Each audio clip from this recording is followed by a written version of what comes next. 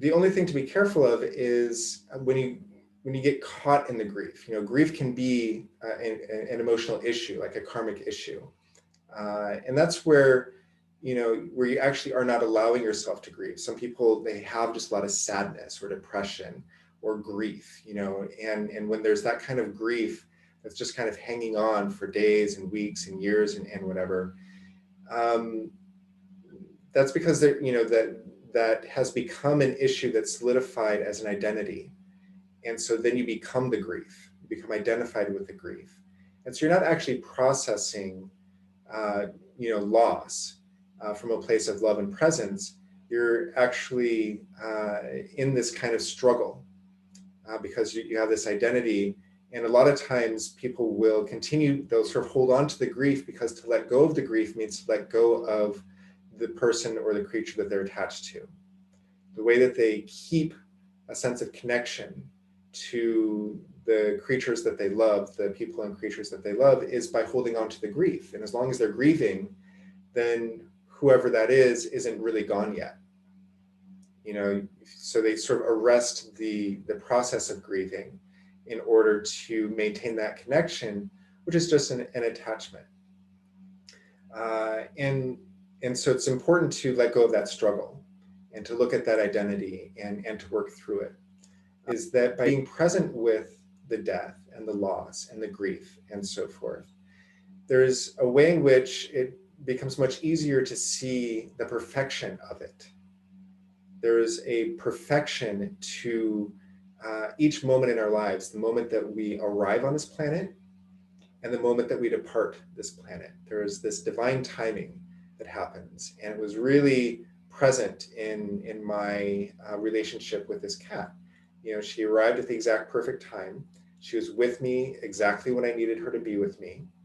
And I could even kind of sense a little bit beforehand that her time was coming to a close. And not enough for me to, just declare, well, my cat's a walking corpse now. That, would have been morbid, and I was a little bit too attached to her to, do something like that. But when it did happen, it was like, I remembered when I'd had that feeling that it felt like her time was coming to a close. And so you can start to see from that perspective the perfection of it. And that helps with the letting go process. That helps in letting go of the grief and, feeling it, processing it, allowing it to take you over, have big, ugly cries in the shower if you need to, or wherever else, and let that be a process that has a beginning, a middle, and an end. Not something that you're just living in and swirling in the muck with, for as long as you possibly can, so as not to really let go. Just let it have its own shelf life. And then when you come at it from that perspective, then the perfection of it becomes much easier to see, because you're not struggling with the pain and the loss and the wishing that it hadn't happened.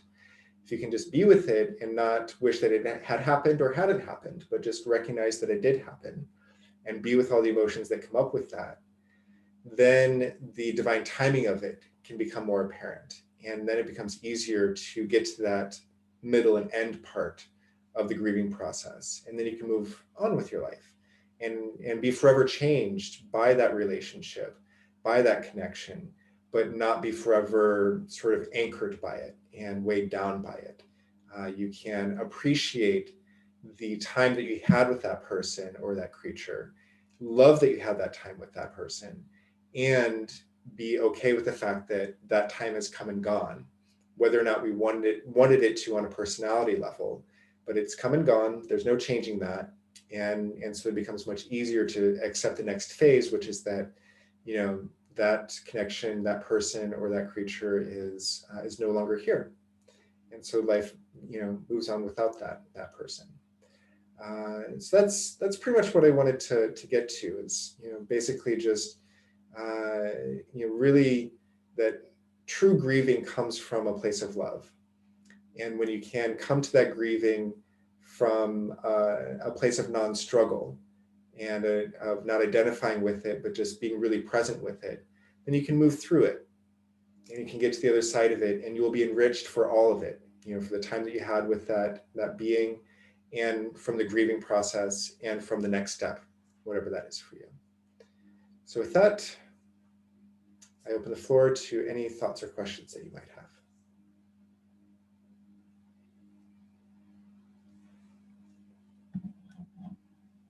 I read an interesting book that it sounds a little bit like the book that you were describing, or the study on. And I can't hear you, sorry. Is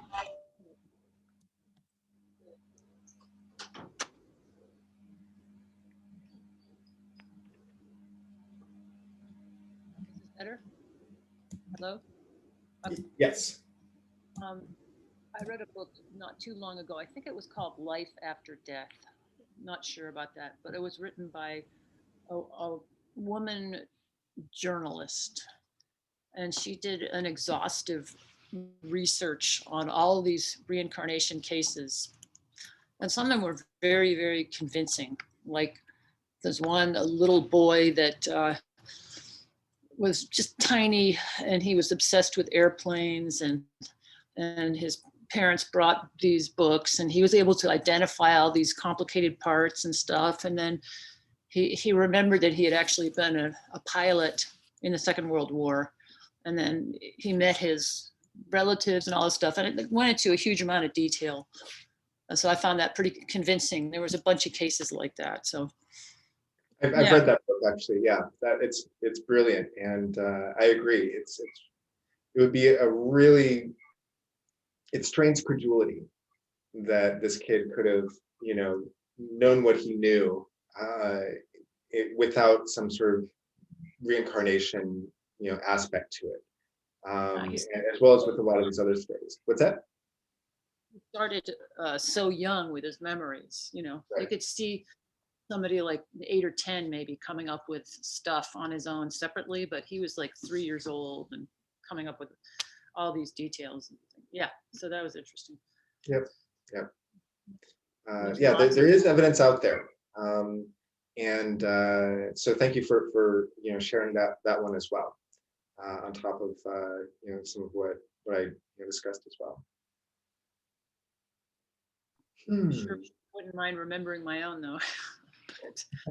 They say that it's kind of, most adults don't seem to remember, but it's usually little kids that remember, and then they forget after they get a certain age. So yeah, I was never, to my memory, there was never a time in my life when I just naturally remembered, and then it started to fade or anything like that. And I have a pretty strong memory, but I did do past life regression a couple of times, and that was very interesting and revealing.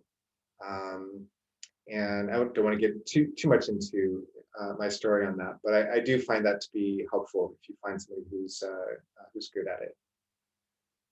I actually did some work with somebody who did stuff like that, and came up with some stories about being a Native American.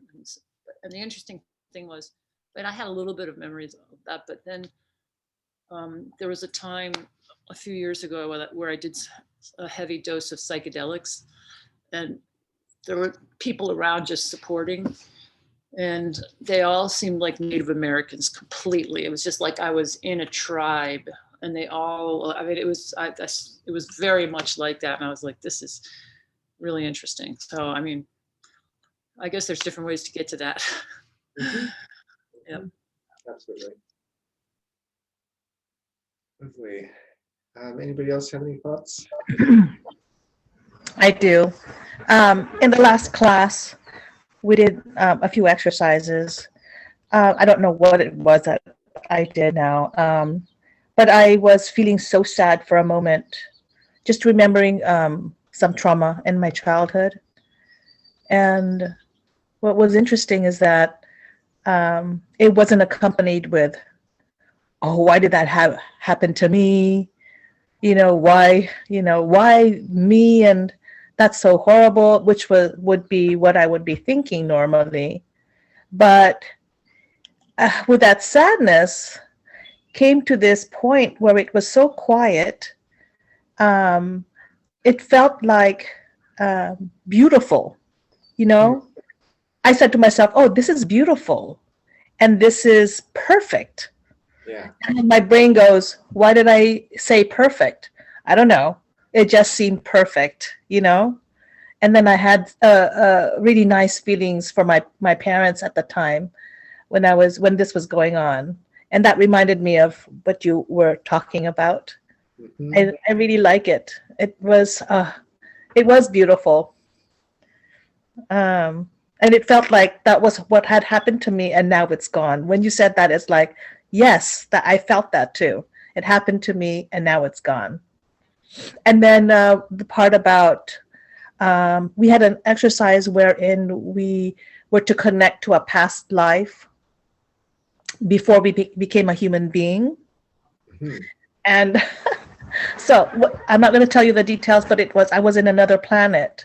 And it was after the exercise, I thought, did I just make this up in my head and, as a fantasy, or is it because I want to be from someplace exotic? But no, it wasn't that. It was, I felt so like, it felt like a lot of the qualities that I had back in that planet is something that I have now, you know. So it explained a lot of things about how I show up in this world because of that, and so it was very impactful that life back then. So yeah, I loved it. Right on. Thank you for sharing that. And I in general, I try, I try not to get too much into story around anything, really, like in particular past lives. Just because, uh, at least for me, like it's more helpful just to be in the present moment. Like, what are you feeling now? In terms of, how to help people through their process. But there are certain things that knowing the backstory, knowing your own backstory, can be very helpful. It can just kind of help things make more sense in a more holistic way. So there aren't these little bits to you and bits to your character, or your tendencies or fears or what have you that are so disconnected from each other, it doesn't make any sense. And it's just hard to kind of get your arms around it and move forward until you get the key piece of information that connects all those dots. And then once all that is connected and it makes a new kind of sense to you, it actually can be easier than to let it all go, or move on, heal from it, move on to the next level. So I had that with a couple of my past life regressions as well, where it just made certain things in this life make such perfect sense in ways that I could never have imagined. Like my brain could not have come up with these things. Maybe my subconscious creative something or other could have. But in a couple of cases, there were correlations with people in my life in this life where they also had a sense of that past life and what our interactions were with each other in that past life. And it was interesting and helpful and healing to come to that recognition. In fact, I felt inspired because I said to myself that I wanted to make this lifetime right now as something that counts, So it really inspired me because my life back then was like, oh, I was happy, I was powerful, you know, but I said to myself that I wanted this lifetime to count um, so how to do that is what I have to figure out. Right. Yep. And it's a day by day process. There are certain decisions you make that will, have, good, better, and different, will have sort of long-term consequences. And as you're strategizing, how to make this life count, some decisions will have long-term effects and some will just be today. How do I make today count? How do I make this moment, be the most of what I want it to be? And, that's how I, without getting too heavy about it, that's how I try and make decisions as well. It's like, what do I really want out of this time that I have? And then try and make the best decision given that intention, because there is no right or wrong answer. you can create whatever you want to create. You can be whatever you want to be up to a certain point. And so then it's just, what's a good decision to make? Like, how do I live my best life? Well, it totally depends on what you want. It's not everybody should be a priest, and not everybody should be a rock star, and not everybody should be a billionaire. Like, there's all these things. And for some people, the absolute best life they could live would be as a janitor. And I don't mean that, I mean that in a really positive way, that there's something really beautiful about that kind of life. And especially if it's intentional, if especially, being a janitor sort of helps you to feel good about, cleaning things and making things work for other people. And then you can go home and you can pursue whatever else you want to do without bogging down your mind with what happened at work. Like, if you're going to be an executive, that means that you're going to be working 24/7 basically. And that's not everybody's best life. For some people, their best life is something where they can go to work, do their thing, come home, do something completely different. So there is no formula except, tune into what your truth is and what you really want out of life, and then do your best to make the choices that will help you achieve that. Because we have a beginning, a middle, and an end. We're all going to die. We're all going to pay taxes. We've all already been born, so that's the beginning and the middle, and so the end is somewhere, down the road. And for myself, I don't know that this is my last life. It could very well be. If it is, I would love for this life to I'd like to fit as much as possible into this life as I can. And I have no idea. I could be hit by a bus tomorrow, or I could live to be 120. Either way, I want to get the most out of this life as I possibly can. So I highly support you in that thought process and that motivation and that desire on your part to get what you can, because that's the most that you could possibly do. It's the best you could do for yourself. Alrighty. Any other thoughts or questions or anything before we close up? Okay. Well, thank you all for coming. I hope talking about death today was not too morbid. Okay, good. Not at all, Nathan. Thank you. Sorry about your kitty. Oh, thank you. Yeah, she's a love. She's just What was her name again? Lakshmi. Yeah, named her after the Hindu goddess of abundance, and she is magnificent. So thank you, and yeah, we'll be connected in whatever way we'll be connected from here on out, and only time will tell. Thank you very much. You're very welcome. Thanks, everybody. Have a good night. Yes, you too. Bye, everyone.